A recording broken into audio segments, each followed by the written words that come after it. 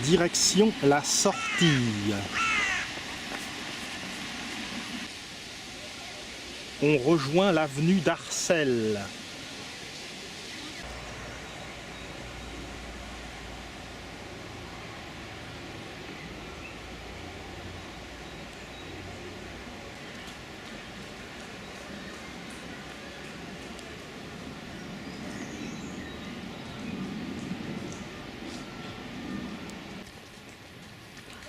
Un petit sentier rejoint l'avenue d'Arcel.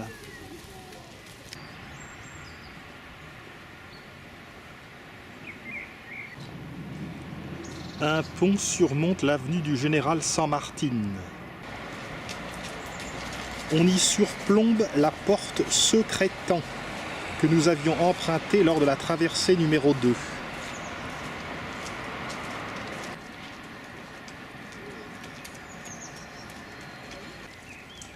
Revenant très légèrement sur nos pas, on emprunte une petite allée en corniche. Au niveau d'un beau tilleul, elle rejoint l'avenue du Général San Martín à sa jonction avec l'avenue de Puebla.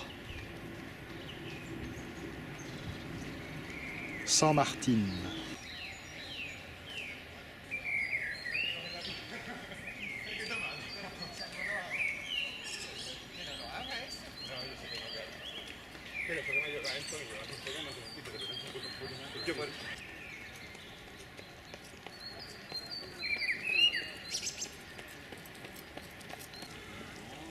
On s'engage dans une minuscule allée à côté du poste des gardes.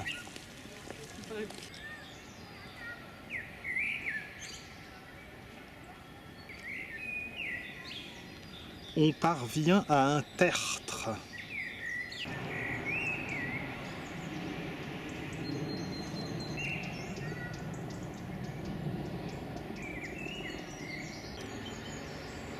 Le sommet du tertre est à environ 100 mètres d'altitude. Le tertre. D'ici, on a une vue sur le sud de Paris. La butte aux Cailles et Villejuif.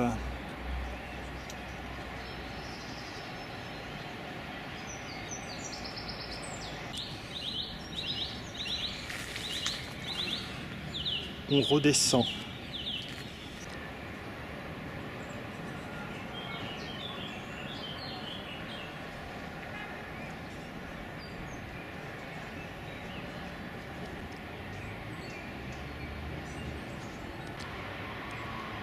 Déluge de verdure avec les marronniers d'Inde.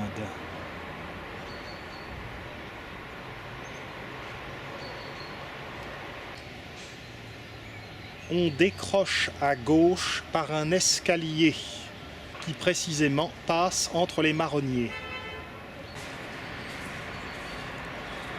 Cet endroit moins fréquenté dans le parc ne manque pas de charme.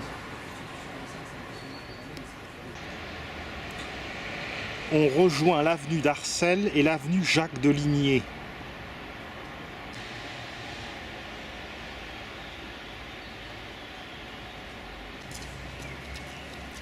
Un bel immeuble dans la perspective. De ce côté, la sortie sud.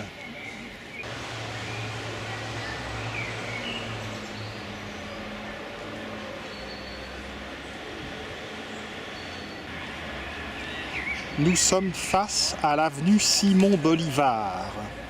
Nous allons entamer le segment qui mène des Buttes-Chaumont à Gambetta.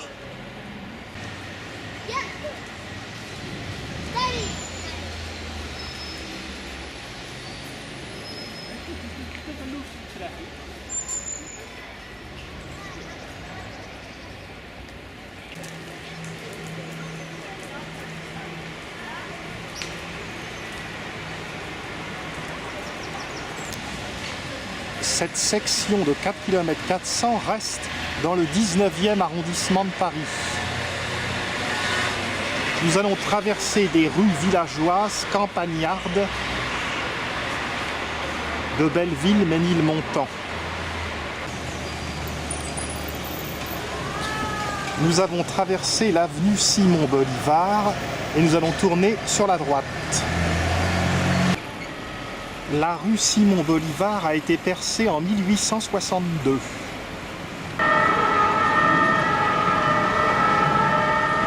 Le quartier est assez mal fréquenté. Le square Simon-Bolivar nous offre une curiosité tout à fait remarquable. Il s'agit d'une rue en forte pente, disposée en fer à cheval, avec 5 gros marronniers en son centre.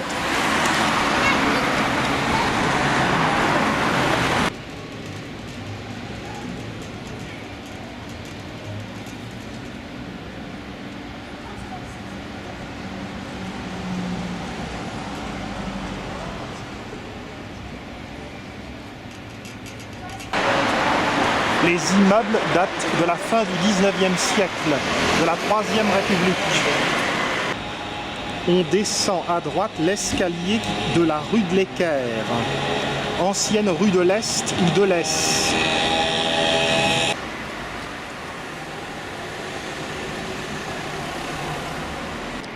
Au bout de la rue de l'Équerre, on tourne à gauche, dans la rue Rébeval, ancien chemin Saint-Laurent. Au 78-80, une bâtisse de briques rouges abrite une école d'architecture, l'ancienne fabrique des jeux de construction mécano et des trains Hornby.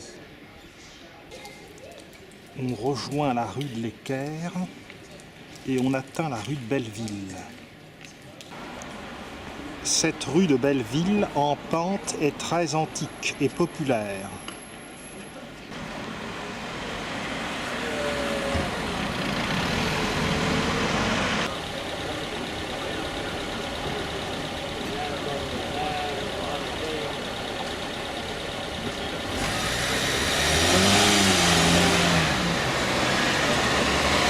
Ce carrefour s'appelle le Point du Jour. Au numéro 72 de la rue de Belleville, une plaque.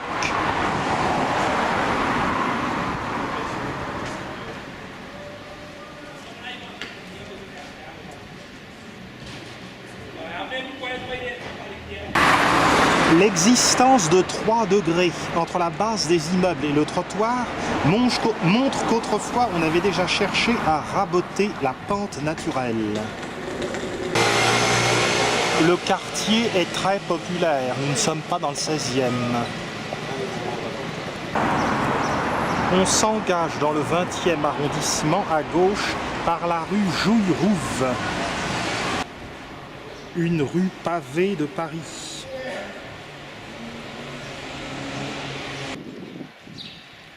Immeuble moderne au 13, 15, 17. La numérotation de l'immeuble y est curieusement présentée.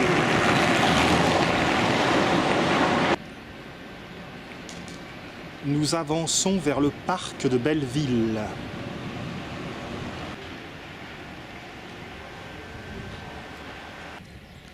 Le mur en moellon surmonté d'une grille marque l'extension récente du parc de Belleville côté nord-ouest. On s'engage dans la rue de la Ferme de Savy. Une des entrées du parc de Belleville.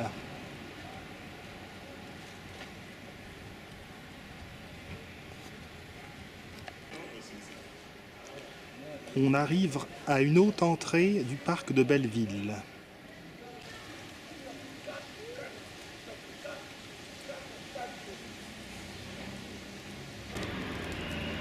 Belleville et Ménilmontant ont été réunifiés en 1790 et ont été annexés à Paris en 1860. Le nom de Belleville dérive sans doute du terme Belle-Vue, puisque c'est une colline.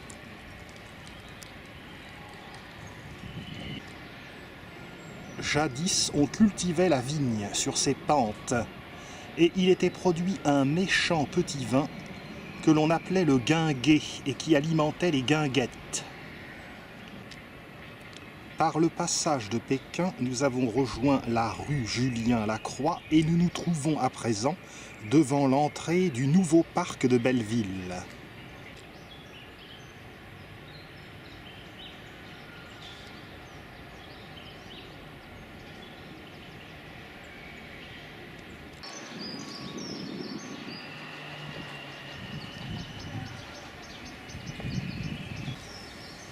Le parc est ouvert depuis 1988 sur l'emplacement de masures qui avait été construite sur une ancienne carrière de gypse du XVIIIe siècle. Au départ, il y avait 4,5 hectares. En 1996, le tout a été porté à 5,1 hectares.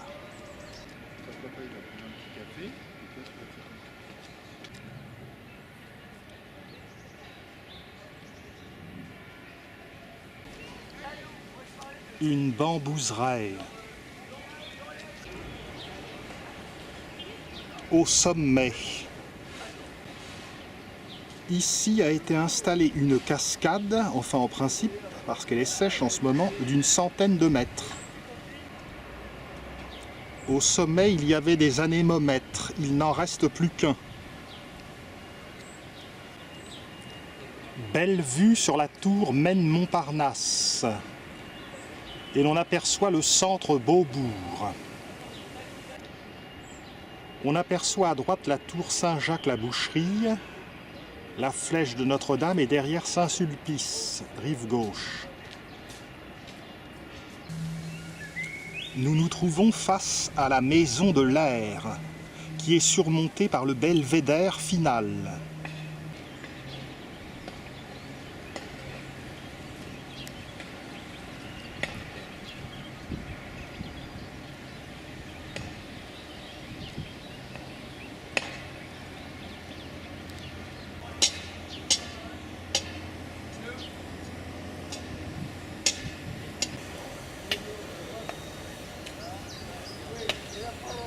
Les parterres sont un peu timides à Belleville, mais nous ne sommes que le 31 mars.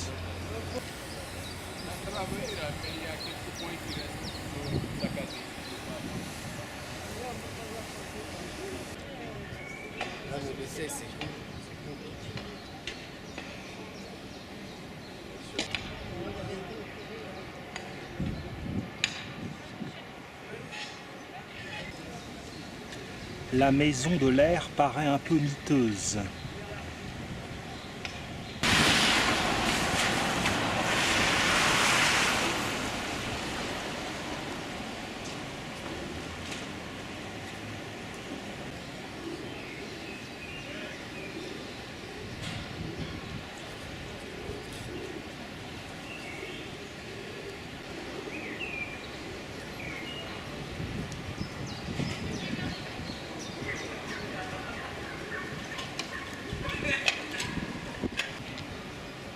On remarque la décoration originale de ce belvédère.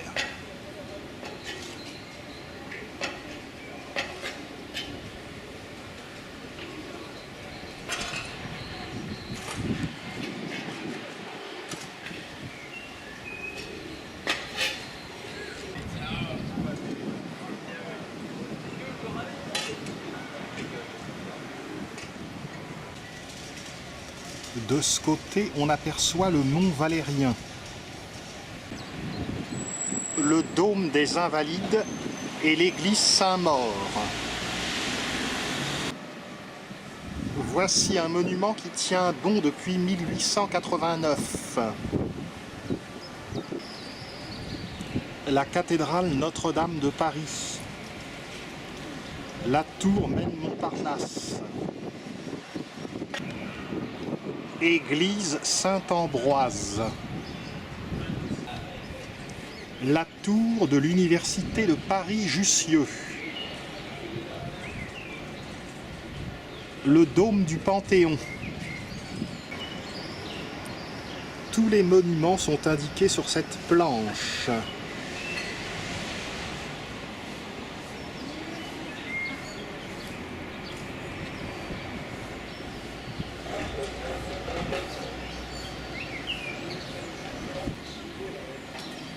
l'Opéra Garnier.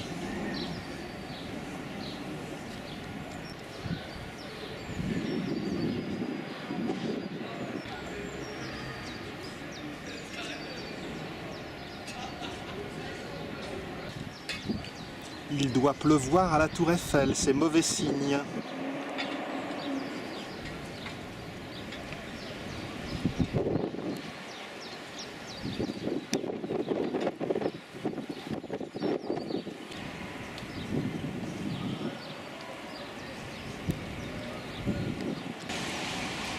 On aperçoit d'ici l'église de Belleville, Notre-Dame de la Croix.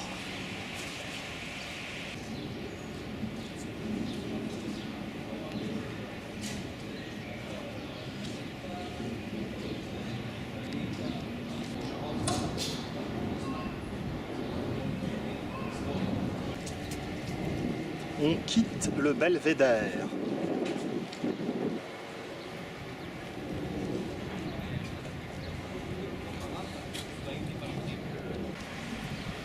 Nous nous trouvons face à la rue des Envierges.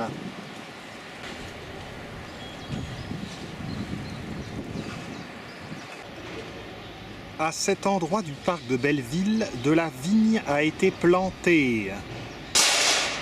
Du gazon se trouve au milieu des plantations de vignes. Il s'agit de rappeler l'implantation de vignes autrefois qui fabriquait le guinguet. Empruntons la rue du Transvaal. Nous laissons de côté un minuscule square. Alexandre Luquet.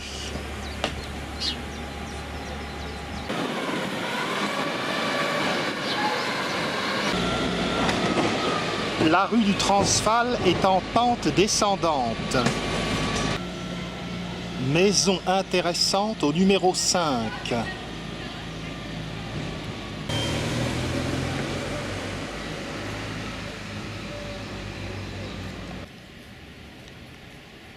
Au 13, notez l'immeuble à Perron.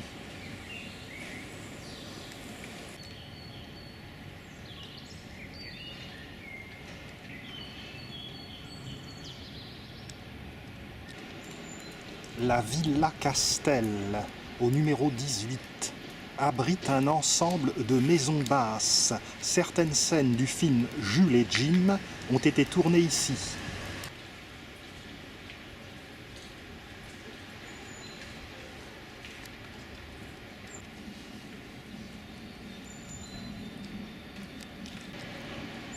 On s'engage à droite dans un très curieux petit passage, le passage Plantin.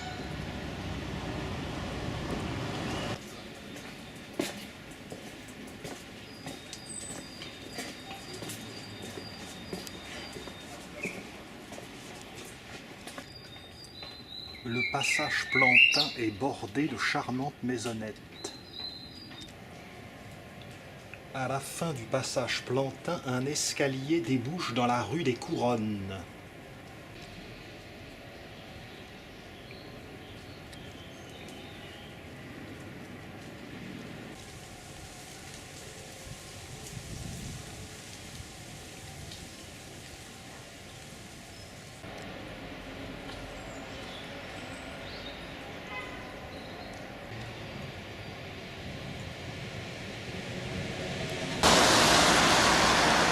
On emprunte la rue des Couronnes sur la droite. Les maisons sont bien boisées dans le coin.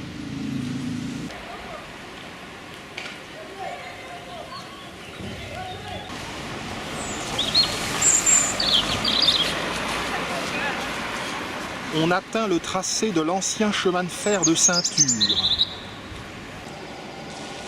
Il débouchait à cet endroit d'un tunnel de 1124 mètres sous Belleville. Rue des Couronnes, rue Henri Chevreau. On emprunte un petit chemin.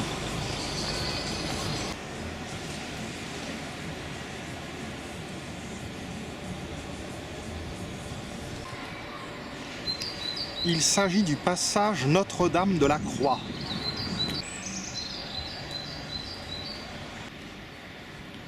D'une petite esplanade, on peut d'ailleurs apercevoir le clocher de l'église Notre-Dame de la Croix.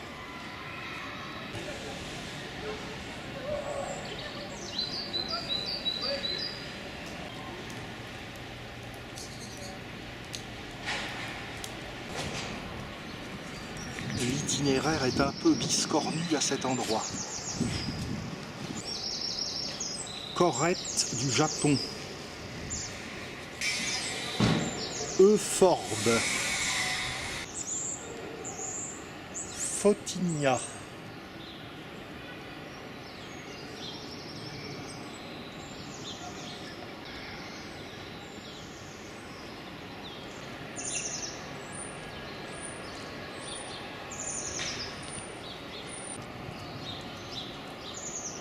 Des Polovnia précèdent le chevet de l'église de Belleville, Notre-Dame de la Croix.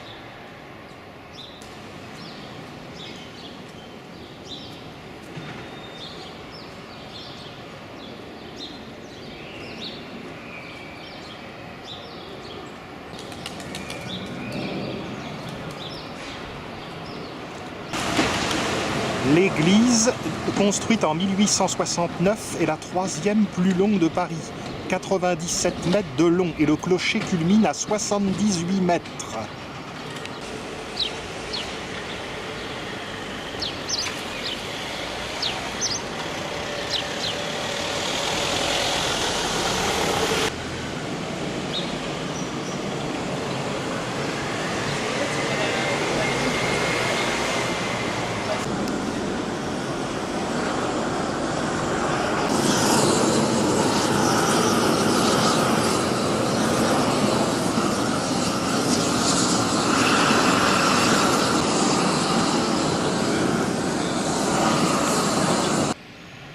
Après avoir admiré l'église Notre-Dame de Sainte-Croix, revenons légèrement sur nos pas pour enjamber la passerelle qui surmonte le chemin de fer. Nous sommes dans le quartier de Ménilmontant. D'ailleurs, la gare de Ceinture, à proximité, est l'ancienne gare de Ménilmontant.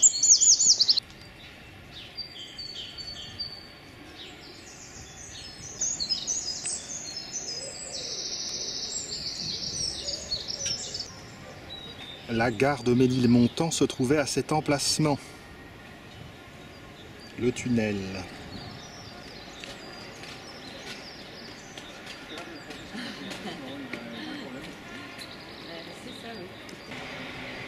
On débouche dans une curieuse rue piétonne, la rue de la Mare.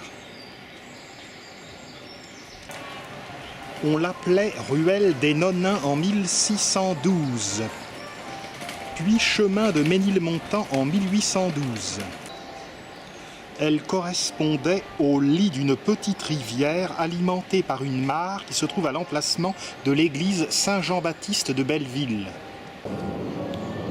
À partir d'ici, nous allons commencer à monter un peu pour arriver sur le plateau.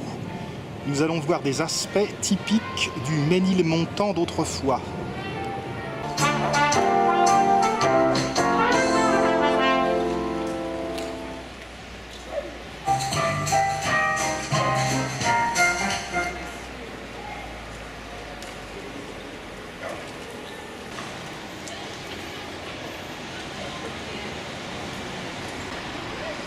Nous avons croisé la rue Henri Chevreau et nous continuons dans la rue de la Mare. Même si les constructions modernes défigurent Ménilmontant, il y a encore des habitations caractéristiques. L'on voit ici que tout est bâti sur un talus. Nous avons monté la rue de la Mare, nous arrivons sur une petite place et nous tournons à droite dans la rue de Saville.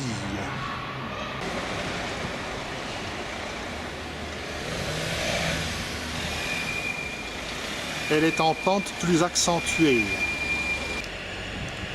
Dans la rue de Saville, qui était un sentier en 1730, furent tournées en 1952 quelques scènes du film Casque d'or, avec Serge Reggiani et Simone Signoret. À partir du numéro 10, la montée s'accentue. Des vieilles bornes rendent pittoresque cette rue de Saville. Il y en a 7. La 6e borne, cylindrique et détachée du mur, marque l'emplacement de la conduite d'eau. Nous parvenons devant un vieux et charmant édicule, le Regard Saint-Martin.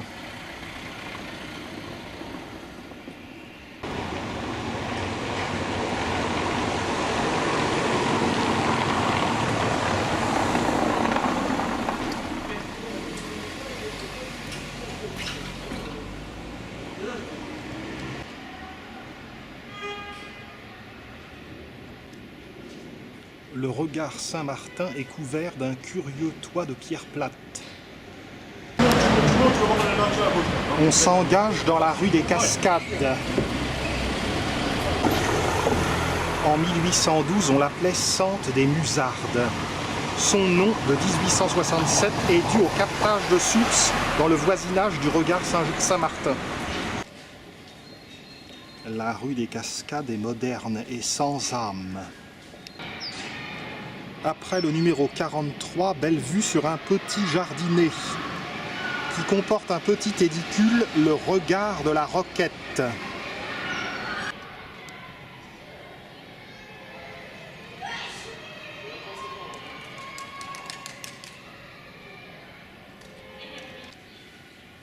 La rue des Cascades forme un coude sur la gauche. Après le numéro 21, on aperçoit sur la droite un Polovnia et le Regard des Messiers. Les plantes mellifères prospèrent ici. Poursuivons. Nous allons parvenir à la rue de Ménilmontant, altitude 85 mètres.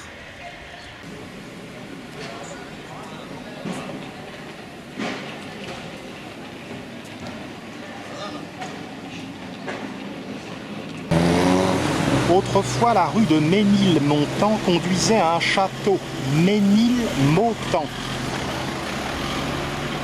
C'est devenu une avenue entre 1672 et 1869. Elle était plantée d'arbres et était une promenade appréciée des Parisiens. La pente a été adoucie à partir de 1872. On aperçoit dans le lointain les forêts des Hauts-de-Seine. Cette rue est parallèle à la rue de Belleville. On monte un peu la rue de Ménilmontant et on tourne à gauche. Parallèle à la rue des Cascades, c'est la rue de l'Ermitage, 1812. La vue est vraiment très belle ici.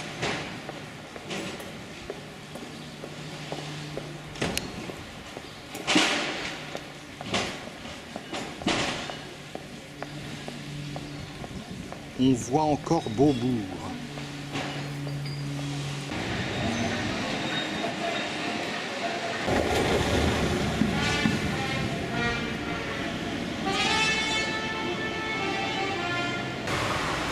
Au numéro 19 de la rue de l'Ermitage, une très curieuse maison dont l'architecte et sculpteur a utilisé un style néo-gothique, très inattendu ici.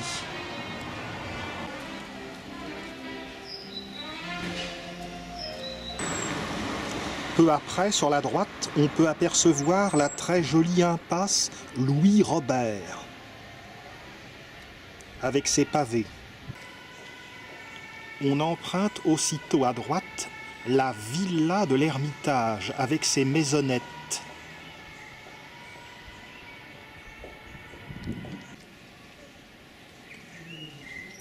Cette rue curieuse est très végétalisée.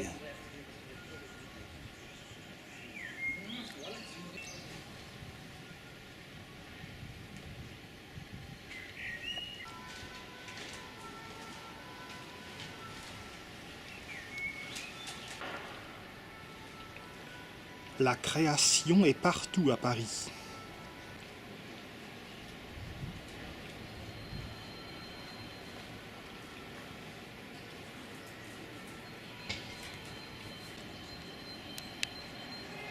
Le charme de Ménilmuche, Ménilmontant. Charme inconnu de Paris.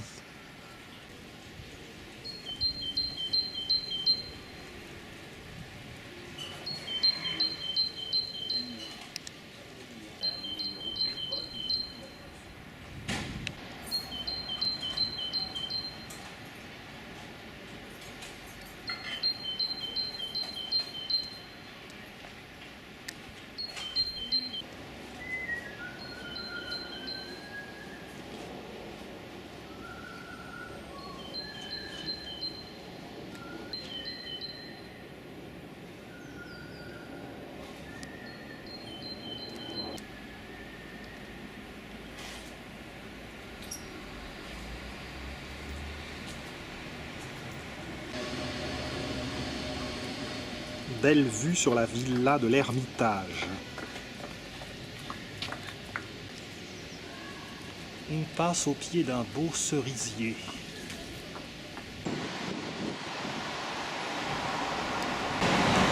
Au débouché de la villa de l'Ermitage, on arrive au niveau de la cité Leroy. Un charmant petit parterre à l'entrée.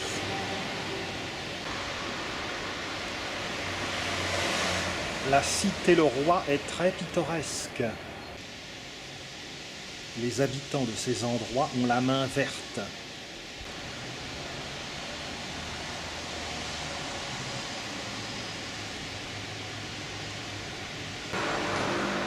On débouche au final sur la rue des Pyrénées.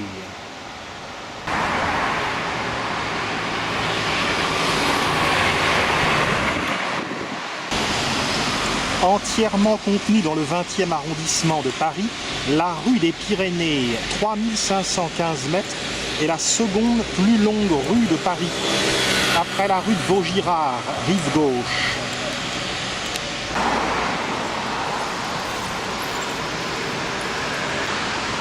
Cet axe fut percé par le baron Haussmann en 1862. On traverse la rue des Pyrénées. On laisse sur notre droite la rue de l'Est et nous allons nous engager à droite. Nous voici rue du Guigné.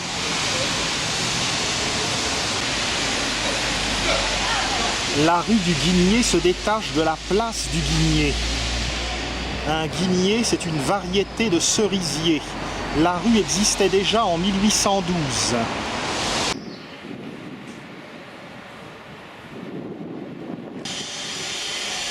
Au bout de la rue du Guigné, on s'engage à droite dans la rue des Rigoles.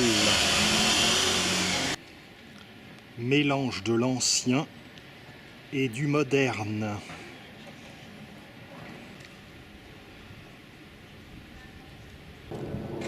En haut de la rue des Rigoles, le mini-square Émy Picler. On traverse la rue Olivier Métras, puis la rue Pixérécourt. Nous allons nous engager dans le passage de la Duée, qui est la ruelle la plus étroite de Paris. Elle s'appelait autrefois ruelle de Mazagran. Rue Pixérécourt. Le passage de la Duée a perdu son titre. Il faisait autrefois 60 cm de largeur. Il a dû subir des aménagements. Le passage de la Duée aboutit rue de la Duée. Et on arrive au square de Ménilmontant et des Saint-Simoniens. L'ouverture s'encadre de beaux catalpas. Le square est bien fleuri.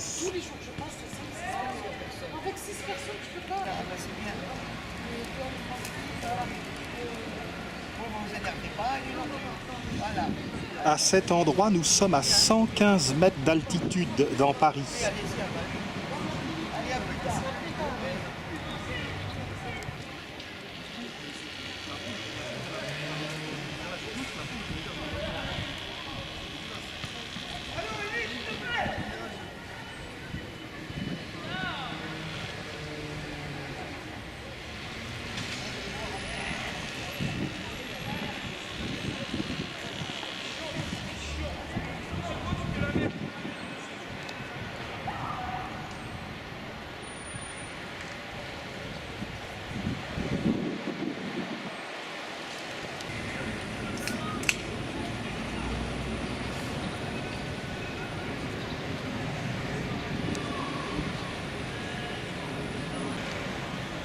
Le square de Ménilmontant et des Saint-Simoniens a été en partie étendu en 1989.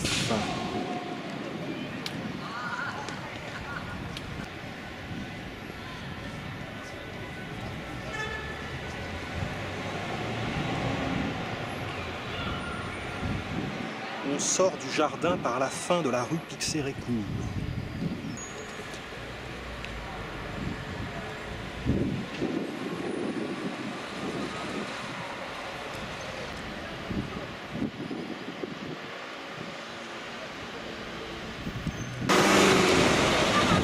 La rue Pixérécourt s'appelait rue de Calais en 1672.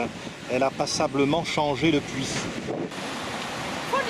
À ce niveau, on rejoint presque immédiatement la rue de Ménilmontant. La rue de Ménilmontant est ici plus étroite. On redescend.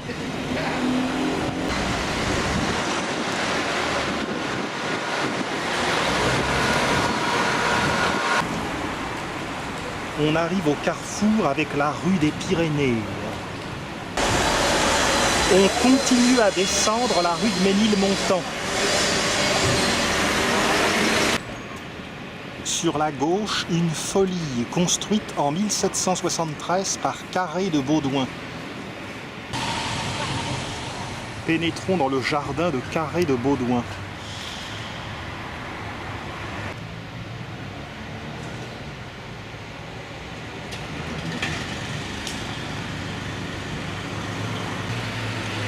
La folie de 1773 de Carré de Baudouin est de style palladien, avec un fronton triangulaire ainsi que 4 colonnes à chapiteaux ioniques. C'est un des rares témoins des folies de Belleville du XVIIIe siècle.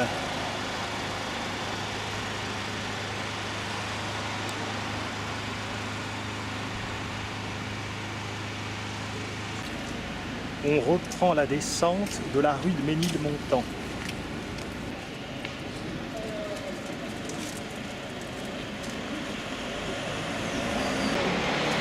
On s'engage à gauche dans la rue du Retrait. En 1530, il s'agissait du Ratray, un ancien vignoble.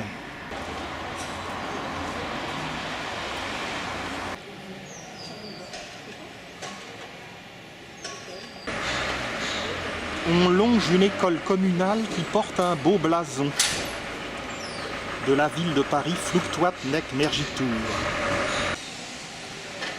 Le numéro 16 de la rue du Retrait s'orne d'une belle porte ancienne, hélas taguée.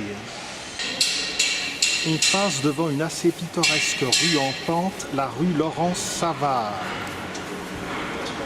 Le théâtre de Ménilmontant se trouve au numéro 15 de la rue du Retrait. Un peu après, sur la droite, s'ouvre la rue d'Annam. La rue d'Annam s'appelait Sentier des Carrières en 1812. Au numéro 5-7 se trouve un important immeuble, une cité de la Fondation ouvrière de Madame Jules Lebaudy. Très belle réalisation.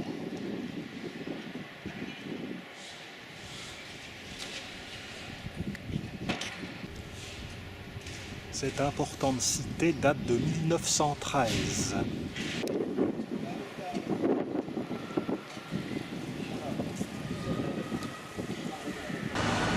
La rue d'Annam se poursuit jusqu'à la rue Villiers de l'Isle-Adam. Sentier de la Pompe à eau en 1812. En fait, sentier de la Cloche à l'eau.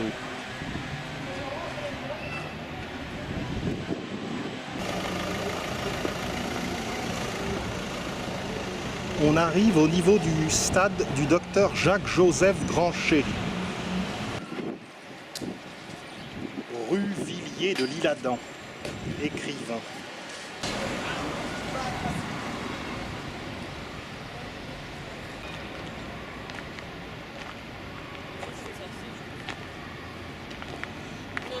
De superbes bouquets de forbes.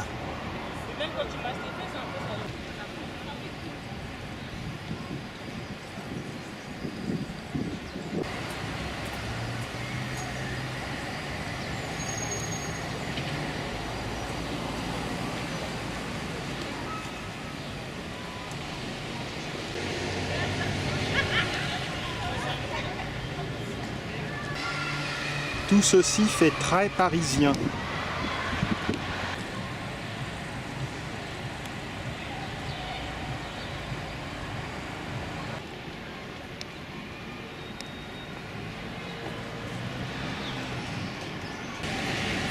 Le square que nous venons de voir se situe sur un petit tertre, à l'emplacement d'anciennes rues pittoresques de la Cloche, de la Voulzie et Westermann.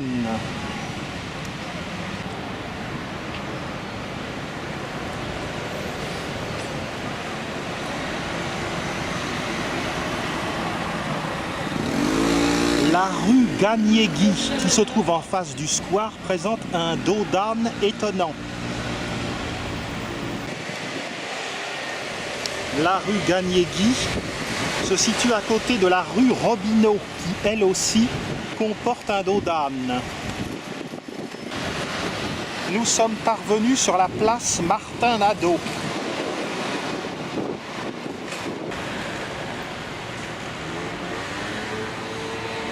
Il y avait autrefois une station de métro ici. Elle a disparu en 1971. On a rattaché ces quais à celle de la station Gambetta. Nous nous trouvons en contrebas du cimetière du Père-Lachaise. De la place Martin-Nadeau se détache l'avenue Gambetta.